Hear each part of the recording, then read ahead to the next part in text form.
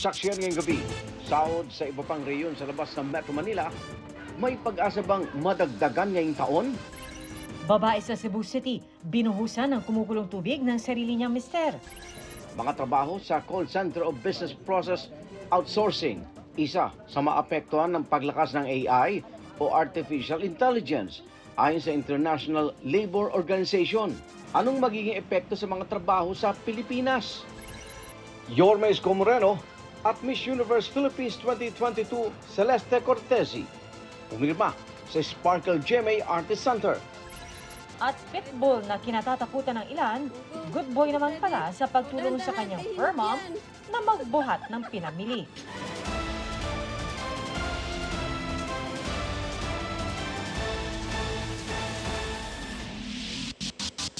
Makaigan sa mga naghihintay ng aumento sa sahod sa iba pang rehiyon sa bansa bukod sa Metro Manila. Posible ang maaprubahan ng wage hike sa ibang rehiyon bago matapos ang taon. Ay kay Labor Secretary Benvenido Laguasma, may nakabinbing petisyon para sa mga minimum wage earner sa Central Luzon, Calabarzon, Western at Central Visayas. Pero sa mga rehiyong walang petisyon, pinag-aaralan din daw ang aumento sa sahod. Kaugnay naman sa aumento sa sahod sa Metro Manila, wala pang natanggap na reklamo ang DOLE tungkol sa mga employer na hindi sumusunod. Magkakaroon daw sila ng random inspection tungkol dito. 40 pisong aprobadong aumento sa arawang minimum wage sa Metro Manila na naging epektibo noong July 16. Binahang ilang bahagi ng Metro Manila kanina matapos ang malakas na pag-ulan. Ang alokasyon naman ng MWSS mula sa Angat Dam muling nabawasan. Pero hindi raw yan dapat ikabahala. Ating saksihan. Kaninang hapon biglang bumuhos ang malakas na ulan sa ilang bahagi ng Metro Manila tulad sa Commonwealth na halos zero visibility na. Ang ilang kalsada pa sa Quezon City nagmistulang ilog. Gutter deep din ang baha sa paanan ng Ortigas Flyover ayon sa MMDA. Bumuhos din ang malakas na ulan sa Plaridel, Bulacan. Tumila man naiiwan naman ang baha na pumasok pa sa ibang kabahayan tulad sa Barangay Bulihan. Sa Kalumpit, Bulacan, lubog pa rin sa baha ang ilang bahagi ng 14 na barangay, may abot 4 na talampakan pa ang lalim.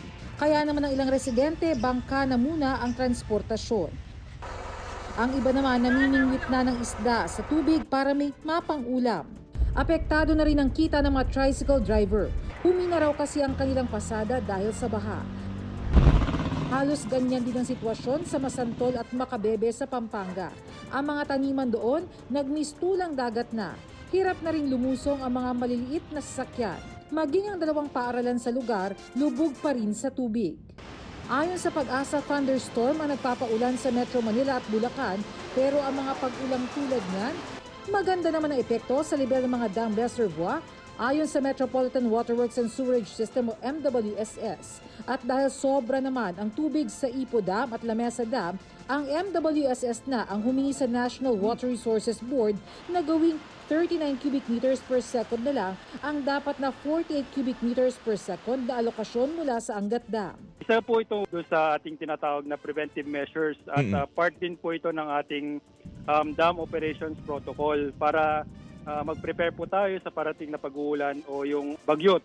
Ginagawa kasi namin to para mapababa pa natin yung level ng ating reservoir sa Ipo Dam. Sabi ng MWSS, wala naman itong epekto sa mga customer ng Maynilad at Manila Water. Suspendido pa rin kasi hanggang ngayon ang mga water interruption, maliban na lang sa regular maintenance activities. Para sa GMA Integrated News, Bernadette Reyes, ang inyong saksi. Kalunos-lunos ang sinabi ng isang babae sa Cebu City matapos buhusan ng kumukulong tubig ng kanyang mister. Ang posibleng dahilan, selos. Ating saksihan. Kung sa kaunting mainit na tubig pa lang, mapapaaray ka na sa sakit. Paano na lang kung kalahati ng mukha mo nabanlian ng kumukulong tubig? Ganyan ang sinapit ng 43 anyos na ginang sa Cebu City. Birthday pa naman sana niya ngayong araw. Pero paano ba naman siya magdiriwang kung iniinda mga lapno sa kanyang muka, dibdib at kamay? Ang gumawa umano sa kanya nito, kanyang sariling mister. Ayon sa ginang, nanonood lang umano siya ng TV Lunes ng madaling araw nang buhusan siya ng kumukulong tubig ng kanyang mister. Inamin ng biktima na bago ang insidente, nag-away sila ng mister na umano'y nagselos matapos siyang mag-video call sa isang kaibigan. Nakakita to akong bana din naman dahil nakita siya nga, insulto ko no kay niya, ano ko nung nakibidyo call ko, diri man ipuyo sa una, usap po sa kailay mong mga anak. Noong Lunes din, nahuli ang 43 anyos na suspect. Anya, napuno na umano siya sa mga pinaggagawa ng kanyang misis. Insulto kay nako, isip respeto lang ba, isip bana ba? Utro mga isipon kuhan. Inihahanda na ng PNP ang reklamong paglabag sa Anti-Violence Against Women and Their Children Act laban sa suspect. Ang mga banle at paso itinuturing na first, second o third degree burns. Depende sa tindi ng pinsala sa balat. Kung first degree burn o top layer ng balat lang ang apektado ayon sa DOH, lagyan ng cold compress, takpan ng benda ang sugat. Huwag itong lagyan ng kung anong ointment, uminom ng pain reliever at humingi ng tulong medikal kapag malaki ang bahagi ng katawan na napaso. Kapag naman second degree burn o dalawang layer ng balat ang nasunog, payo ng DOH, ibabad ang nasunog na bahagi sa cool o malamig-lamig na tubig ng 10 hanggang 15 minuto. Patuyuin ito gamit ang malinis na tela. Takpan ang bahagi ng malinis na gaza at magpatingin sa doktor. Huwag puputukin ang blisters at huwag lalagyan ng ointment o butter ang paso. Kapag naman third degree burn o yung tagos sa balat ang pinsala, marahang takpan ito ng malinis na gaza. Ilagay ang biktima sa shock position o nakahiga ng nakataas ng 12 inches ang paa. O kapag sa mukha ang pinsala, iupo ang biktima at isugod siya agad sa ospital. Para sa GMA Integrated News, Oscar Oida ang inyong saksi.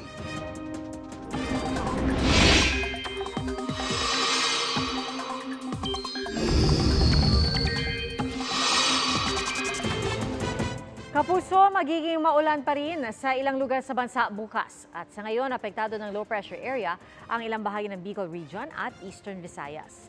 Trough o extension ng LPA at localized thunderstorms naman ang magpapaulan sa iba pang bahagi ng bansa.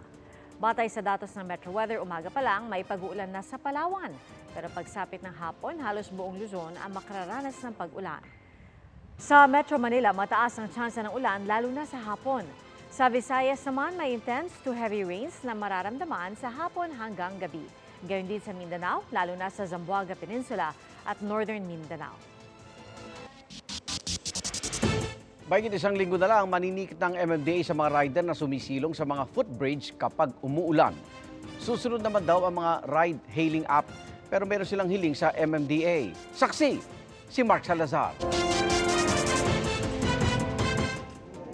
Mga kinatawa ng ilang ride-hailing app na ang kinausap ng MMDA kanina. Tungkol ito sa paulit-ulit na raw na pagsaway ng MMDA sa mga rider na sumisilong sa ilalim ng mga footbridge tuwing umuulan at bumabara sa daloy ng trapiko. Sabi ng MMDA, puro TNVS riders ang nakukunan ng CCTV na nag-o-obstruct ng traffic. Pwede po kaya na i-screen grab namin ito or i-video namin, then pag nakita po namin na rider ninyo, papadala po namin sa inyo para kayo po muna ang magdisiplina habang suspended po yung NCAP. We are very open po to that. We have our guidelines specific to traffic laws and regulations, so we can impose and at least siguro kahit po yung refresher training. Ang i-request ko po sana siguro doon sa pagbinigay natin yung, halimbawa tama po yun yung pwede ka naman tumagal nagsusuot ng kapote. Pero yun pong period of time na nandoon ka. Kasi kumbaga sa basketball yung 3 seconds, may 3-second rule Ang suggestion ko po siguro, maglagay po tayo siguro ng qualifier para very specific at very clear kung maibibigay namin na directive. Pero saan nga ba pwedeng sumilong ang nakamotor na ligtas at hindi nakakaabala? Wala yung waiting shit dito. Wala na. Hassle. Alam nga naman nakakapote ka pag galit sa bahay. Pagdating niyan sa Ortigas, wala nang ulan yan. Walang kulimlim doon Pinulong din ng MMDA ang mga may-ari ng gasolinahan sa EDSA para pakiusapan maging silungan. Baka po pwede kung kayo po ay papayag na maglagay tayo ng tents.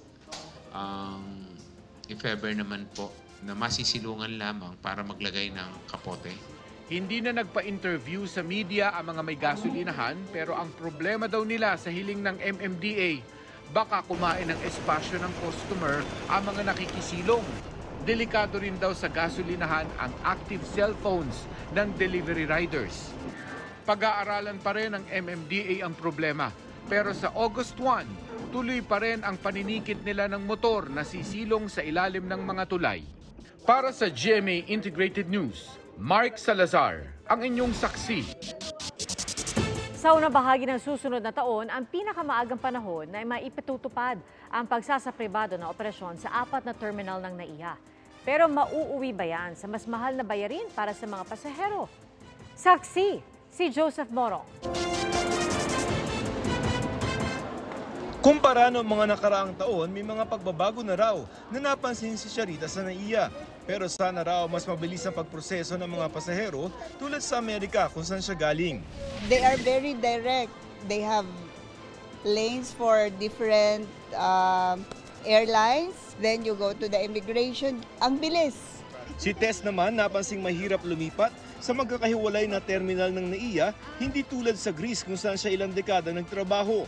Siguro mas maganda ipon na lang kasi para yung mga susundo hindi nako-confuse. Ang mga wishlist na yan posibleng matupad soon dahil pinayagan na ng Board ng National Economic and Development Authority ang pagsasapribado ng pag-aayos at operasyon ng 4 na terminal ng NAIA sa halagang mahigit 170 billion pesos sa loob ng paunang 15 taon. Gusto ng Transportation Department at Manila International Airport Authority na makasabay na yung ating airport sa mga kalapit nating mga bansa. Halimbawa, yung mga check-in counters na yan, gusto nila na paramihin yan, dagdagan at gumamit na ng biometrics kung maaari para mas mapabilis yung pagpuproseso ng mga pasahero. Ayon sa DOTR, ang pinakamaagang panahon na pwedeng maisapribado ang NAIA ay sa unang bahagi ng susunod na taon. Kabilang din sa plano ang dagdagan ang mga boarding gates, self-service kiosk at electronic information display. Papalapa rin din ang apron at parking areas at gagawing digital ang Manila Tower.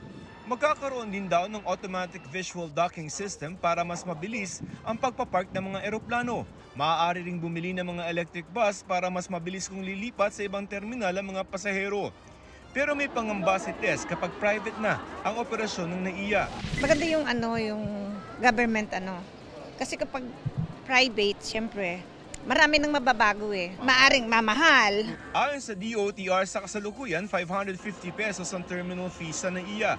Wala namang 1,000 piso ang terminal fee sa mga pribadong airport sa Mactan, Cebu at Clark, Pampanga. Hindi raw lalayo rito ang maaaring paunang singil ng private investor.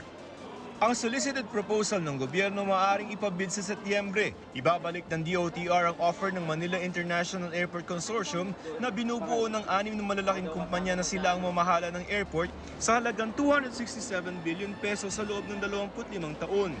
Operasyon ng NAIA lamang ang ipabibid. Mananatiling nasa gobyerno ang mga assets nito at regulator ang MIA. Ang MIA, pag-aaralan pa raw ang kanilang susunod na hakbang at ang terms of reference ng proyekto kapag meron na ito. Para sa GMA Integrated News, Joseph Morong ang inyong saksi. Patuloy pagharap ng solusyon ng gobyerno sa kakulangan ng mga nurse sa bansa. At isa sa naisip nila makipagtulungan sa pribadong sektor para makapasa ang mga nursing graduate. Saksi si Ivan Mayrina. Ang karaniwang passing rate sa nursing board exam, 50%, ayon sa Commission on Higher Education. Ibig sabihin kalahati lang ang pumapasa sa mga nag-exam. Malaking bilang ng mga nursing graduate na kung matutulungan lang makapasa. Malaki raw ang may tutulong sa kasalukuyang kakulangan sa mga nurse sa bansa. Kaya nagkasundo ang Commission on Higher Education o CHED at ang Department of Health na solusyonan nito. Magtutulungan ang Department of Health, CHED at saka yung private hospitals through the PSAC, yung Private Sector Advisory Council, para magbigay ng dekalidad na review classes para doon sa mga employed sa mga public and private hospitals na nakatapos ng nursing pero hindi nakapasa sa licensure exam. Bahagi pa ng solusyon sa kakulangan ng nurse ang pagdaragdag ng mga clinical care associates na tutulong sa mga nurse sa ibang mga gawain.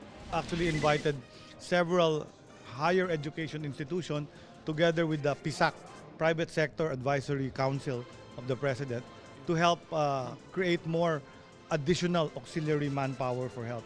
Kasi kulang ng nurse, di ba? Bukod sa mga nurse, kulang din ang mga kwalipikado magturo sa mga nursing school dahil marami rin sa kanila ang nangingibang bansa. Ang tugon ng CHED dito ang programang makapagpapadali para makakuha ng masteral degree at maging kwalipikado magturo na siyang kailangan para makapagbukas ng mas maraming nursing school program sa mga universidad. Malaki ang nawawala sa bilang ng mga nurse at mga nagtuturo ng nursing sa Pilipinas dahil sa mas malaking sahod sa ibang bansa. Dati nang sinabi ng DOH, pinipilit nilang tugunan ng isyu ng pasahod at benepisyo para sa mga nurse at iba pang healthcare worker para manatili sila sa bansa. Para sa GMA Integrated News, Ivan Mayrina ang inyong saksi. Payag si Pangulo Marcos na dumistansya ng Pilipinas sa International Criminal Court. Ayon kina Solicitor General Menardo Guevara at Justice Secretary Jesus Crispin Remulla, napagkasunduan nila ng Pangulo ng Appeals Chamber sa ICC ang huling pakikipag-ugnay na raw ng Pilipinas. Hinintay lang daw nila ang desisyon sa apelan ng Pilipinas na wag na mag-imbestiga sa madugong anti-drug war noong nakaraang administrasyon. Saklaw ng pagpayag ng ICC Pre-Trial Chamber sa investigasyon ng ICC Prosecutor ang mga kaso ng pagpatay at pang-abuso mula July 1, 2016 hanggang March 16, 2019. Isang araw yan bago magkabisa ang pagtiwalag ng Pilipinas sa Rome Statute na basehan sa pagtatag sa ICC. Pero ang utos ng Korte Suprema noong 2021, kailangang makipagtulungan ng bansa sa anumang criminal proceeding bago ang pagkalas ng Pilipinas sa Rome Statute. Ang patuloy na pag-unlad ng Artificial Intelligence o AI, posible nga bang pumalit sa mga totoong tao sa kanilang trabaho? Isa sa mga napapag-usapan ngayon ang posibleng epekto nito sa business process outsourcing o yung mga call center. Saksi si JP Soriano. Isa ang Pilipinas sa pinakamaraming manggagawa mula sa IT-BPO sector o call center sa buong mundo. Kaya di na raw nakapagtataka na ito rin ang isa sa pinakamalaking industriya na nagbibigay ng trabaho sa maraming Pilipino. Pero dahil sa technological advancement at paglakas ng artificial intelligence o AI, sabi ng International Labour Organization o ILO, isa ang BPO sa mga pinaka-maapektuhan. In the next 1 or 2 decades, we expect that automation will take over and many of the existing jobs that we have in the BPO sector, for example, or in the agriculture sector, they will be automated. Pero ang pangamba raw ng Department of Labor and Employment o DOLE, hindi lang IT-BPO ang posibleng mawala. Yung emerging industry natin, creative, marami kang nakakita na pwedeng yung ginagawa traditionally ng worker, yung individual worker, pwedeng medyo ma-replace siya ng machine or whatever. No? But I think that is a challenge that we have to more or less address. You cannot just look at just losses, but we also look at potential. Gayunman, may mga uusbong pa rin naman daw na bagong uri ng trabaho na siyang magiging partner at sasabay sa AI. Pero mangangailangan daw ito ng bagong skills. But when the jobs are created, it would require higher level of training and higher level of education. Tesla has advanced models comparing to the region, but it cannot cope with the demand that we presently have. At present, we need to upgrade our programs. Otherwise, we will be left behind. Nasa ilalim ng DOLE ang TESDA at ayon sa kalihim, bumuo na ng mga TESDA Innovation Centers na ang layunin ay iakma ang skills training para makasabay sa kayang gawin ng AI. Para matiyak daw na magiging matagumpay ang labor employment plan ng gobyerno, inaprubahan na ng DOLE ang pagbuo ng isang tripartite technical working group na siyang tututok para sa improvement ng skills at training ng mga Pilipinong manggagawa para raw makasabay sila sa nagbabagong panahon. Para sa GMA Integrated News, JP Soriano ang inyong saksi. Screwdriver ang ginamit sa pananaksak sa magkahiwalay na insidente sa Zamboanga City at Negros Occidental. At sa Cebu City naman, pinaniniwalaang binuhusan ng asido ang babaeng natagpo ang patay sa loob ng kahon. Ating saksihan. Sunog ang muka na tila binuhusan umano ng asido at nakasilid sa isang kahon ang bangkay ng biktimang si Rhea May nang matagpuan sa tabing kalsada sa Cebu City nitong Lunes. Kagabi, sinundo ng kanyang ama't kapatid ang kanyang labi para maiuwi na sa Mindanao. Hindi matanggap ng pamilya ang brutal na sinapit ni Rhea May. Kaya naman ang daing nila, agarang hustisya. Dili mo katarungan nilang himo, brutal na kaayo. Balag giipat kung ngingana man nga. Gipatay kanila, wa na lang kanila gubaon maayo imong lawas nga halos di na kamailhan. Dili na siya nga trabaho. Grabe nga pagsakit sa bata. Unsa ilang kasukaran ng bata nga buutan. Umaasa naman ang pulisya na makakatulong sa kaso ang mga nakalap nilang CCTV footage. Sa ngayon, may person of interest at may lead na rin sa kaso pero hindi muna idinetalye. Sugatan ang kaliwang paa ng 23 anyos na babae matapos saksakin ng kanyang ka-live-in partner sa Zamboanga City. Ayon sa pulisya, nagpakarga ng hangin sa gulong ng tricycle ang suspect kasama ang biktima at kapatid nito. Nagtalo umano ang dalawa sa harap ng suspect. Sa inis daw ng suspect, kumuha siya ng screwdriver at 2 beses sinaksak sa paa ang biktima. Nagpapagaling na sa ospital ang biktima. Nadakip na ang suspect na wala pang pahayag. Saksak din ng screwdriver ang tinamo ng 43 anyos na lalaki sa Negros Occidental. Ayon sa pulisya, unang sinugod ng biktima na nakainom umano ang suspect. Gumanti ang suspect at sinaksak ang biktima gamit ang screwdriver. Nagtamo ng mga sugat sa katawan ang biktima na agad din nila sa ospital. Sumuko naman ang suspect na wala pang pahayag. Para sa GMA Integrated News, John Consulta ang inyong saksi. 2023 FIFA Women's World Cup opisyal na nagsimula sa New Zealand. I-host din ito ng Australia hanggang August 20. Kabilang sa 32 bansang maglalaban ang Philippine Women's National Football Team na unang beses lalahok. Nasa Group A ang Team Pilipinas at unang makakaharap ang Switzerland bukas, Biyernes. Sunod naman ang New Zealand at Norway. Pero ilang oras bagong umpisa ng seremonya, tensyonado sa Auckland dahil sa pamamaril sa isang construction site sa Central Business District. 2 nasawi ang suspect na tagpuang patay, 5 sugatan at walang napaulat na Pinoy na nadamay. Poland iniulat ang outbreak ng bird flu o H5N1 avian influenza sa mga pusa. Ayon sa World Health Organization, halos 30 pusa roon ang nagka-bird flu na unang beses daw na ganoon karami sa isang malaking lugar. Inaalam pa kung saan at paano sila na-expose. Wala pa naman daw tao na nahawa o nagkasintomas. July 2023, posibleng maging pinakamainit na Hulyo sa kasaysayan ayon sa Climate Observatory ng European Union. Sa gitna yan ng nakapapasong heat wave sa Asia, Europe at North America. Bukod daw sa climate change, nagpapainit din ang epekto ng El Nino at pagtaas ng temperatura ng karagatan na nagpapahina raw sa hangin ng daigdig. Para sa GMA Integrated News, Joseph Morong ang inyong saksi. Nagpahayag ng agam-agam ang ilang senador sakaling ilipat ang pamamahala ng PhilHealth sa ilalim ng Office of the President. Ano naman ang masasabi ng Health Department na kasalukuyang may hawak sa PhilHealth? Saksi, si Ian Cruz. Hindi raw issue para sa Department of Health kung alisin sa kanila ang pamamahala ng PhilHealth at ilipat sa Office of the President. Maybe there's benefit in transferring it to the President. Maybe the people inside PhilHealth will be less scared. I will be more scared to do something stupid. Sabi ng Health Secretary, hindi naman daw mababago ang board ng PhilHealth na nalikha sa ilalim ng batas.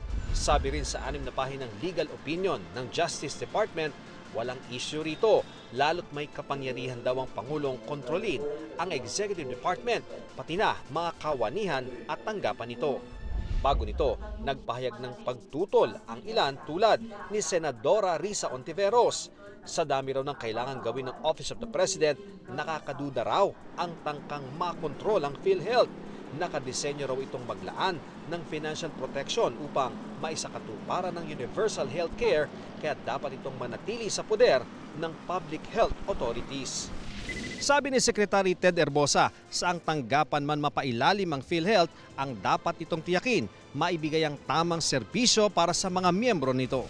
PhilHealth's mandate is to provide reimbursement for their members, whether that's under the Office of the President or under the Department of Health. I think is really immaterial. Para sa GMA Integrated News, Ian Cruz ang inyong saksi.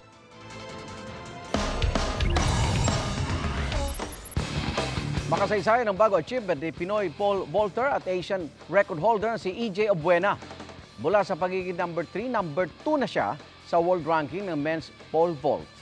Naungusan ni Obuena si Chris Nielsen ng Amerika at kasunod na ng world number 1 ngayon na si Armand Duplantis ng Sweden.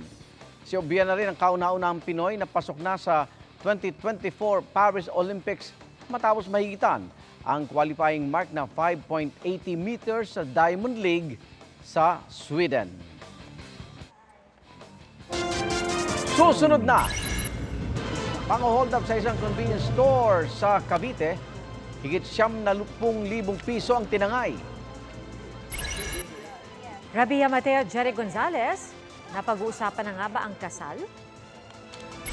At pitbull na dilang malambing, matulungin pa. Magbabalik ka! Saksi!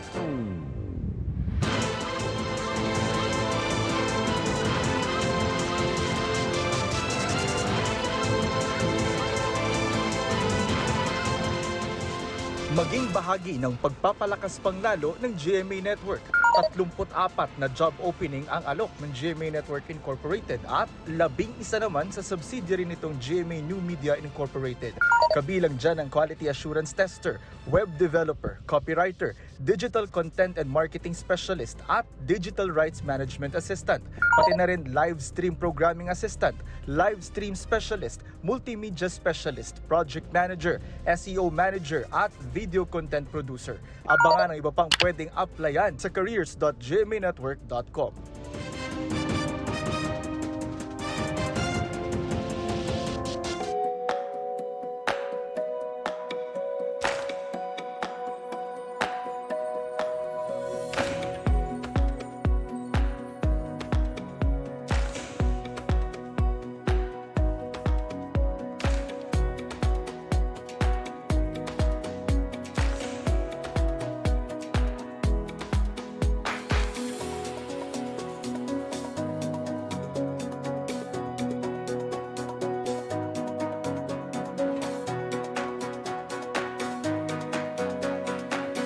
Kala namin pang kaibigan, pamilya lang ang susuporta sa amin.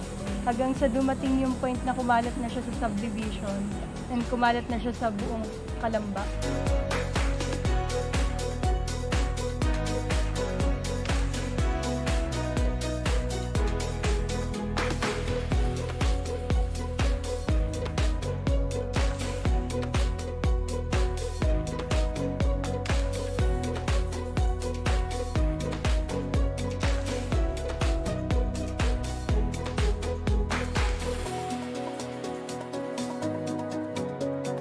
Lasang-lasa yung pagka-charcoal grilled niya. Ang sarap ng sauce. It's very cheesy, ang sarap. Tapos the fact that it's made from a truck, it doesn't feel like it's made from a truck.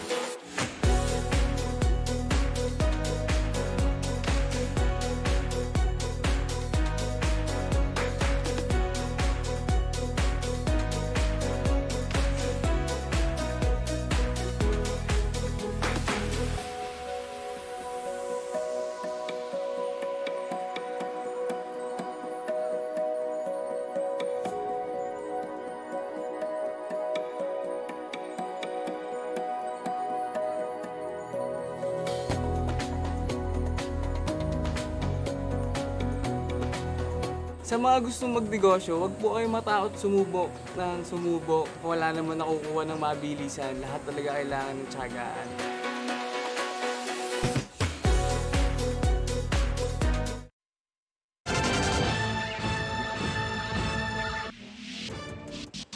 Tatlong suspect sa pang-hold up ang arestado sa magkaiwalay na operasyon sa Laguna at Cavite. Ang mga suspect sangkot umano sa pang-hold up sa convenience store sa bayan ng General Mariano Alvarez sa Cavite. Kunwari bibili ng inumin pero nang magbabayad na. Nagdeklara ng hold-up ang dalawang suspect sa isang convenience store. 92,000 pesos ang tinangay ng mga suspect, pati ang cellphone ng mga empleyado at ilang paninda. Arestado ang dalawang suspect sa hot pursuit operation, pati ang nobya ng isa sa mga suspect na itinuturing na accessory to the crime. Na-recover sa kanila ang ginamit na getaway vehicle, baril, pera at mga cellphone. Ayon sa mga polis, tumanggi magbigay ng pahayag ang mga naaresto.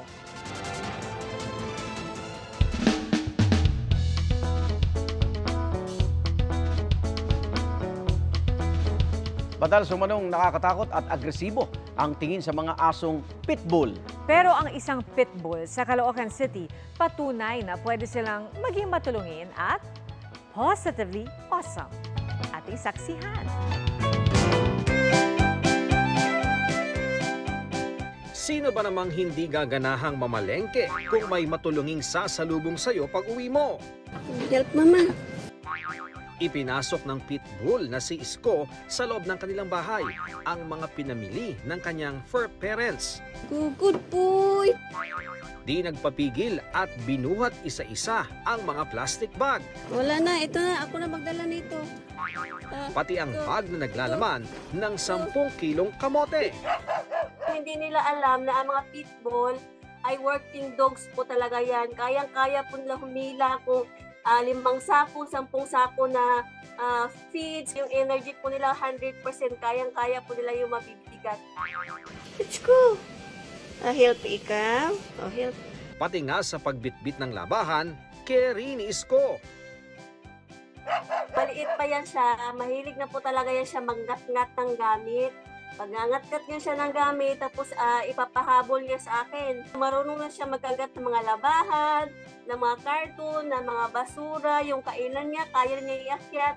Hanggang sa marunong na talaga siyang tumulong sa akin, ma'am, na hindi mo na siya kailangan tawagin eh. Taga-deliver din siya ng ice pack sa kanyang fur mom na masakit ang ulo. Sorry ka kay mama. Napakalambing din daw ni Isko at tila marunong ding mag-sorry, sabi ni Richie. Pati nga raw sa mga pagkakataong mga kasamahan niyang aso ang may kasalanan. Itis mo si mama. Itis mo. Hindi maganda yung image kumbaga ng mga pitbull kasi ang sabi nila yung mga pitbull very aggressive daw, umaatake ng mga tao. Ginagawa namin yung mga video, gusto lang namin i-share na hindi lahat ng aso aggressive. So nasa amo po yun guys, kung paano niya pinalaki yung aso niya, ganun rin ang magiging behavior ng paglaki. Para sa GMA Integrated News, Ian Cruz ang inyong saksi. Susunod na, sa Bulutan, asuntukan ng 2 kabataang babae sa Quezon. At pagsagip sa mga whale shark na natrap sa lambat sa Indonesia. Magbabalik ka! Saksi!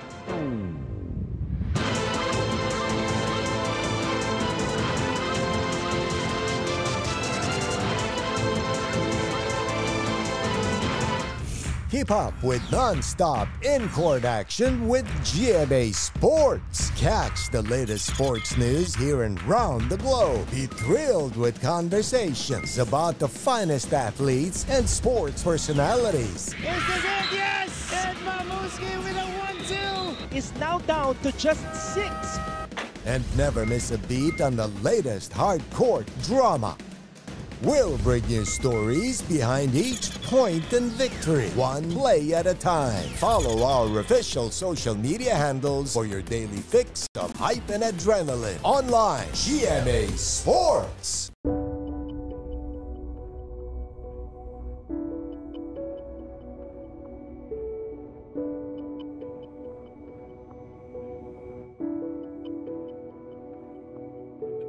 Ano yan, honey? Hindi ko alam.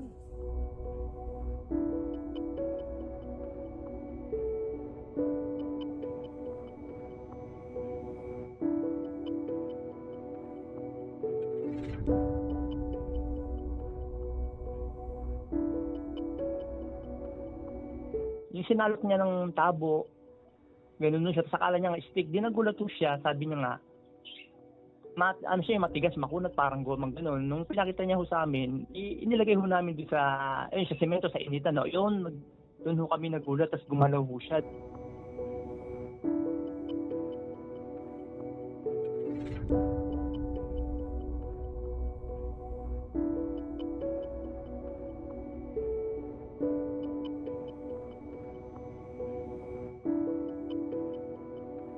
Tahimik siya sa tubig, ano? Tahimik siya sa tubig!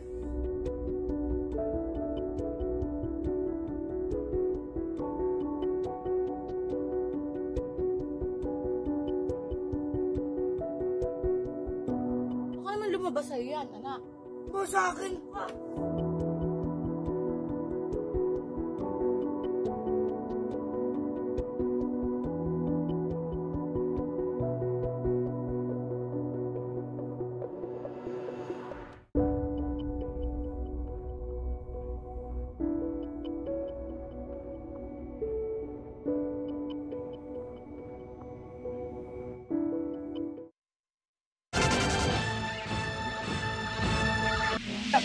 Inapa ka na. Sa pulsa video ang sabunutan at suntukan ng 2 babae habang nakapalibot ang ilang kabataan sa Tagkawayan, Quezon. Umabot pa sa punto na halos gumulong na sa lupa ang mga babae. Sinubukan naman ng ilan na pigilan ng sabunutan, ngunit hindi pumayag ng iba. Tumagal ng 10 minutong away na hindi pa malinaw ang ugat at ayon sa sangguniang barangay ng poblasyon, ipapatawag nila ang mga kabataang sangkot kabilang ang kanilang mga magulang. May sinagawang rescue mission sa dagat malapit sa Indonesia. Natrap sa mga fishing net ang 5 whale shark. Tulong-tulong ang mga divers sa paggabay na makawala sa fishing net ang mga butanding. Ang mga whale shark na ay tinuturing na vulnerable species, ang pinakamalaking species ng nabubuhay na isda.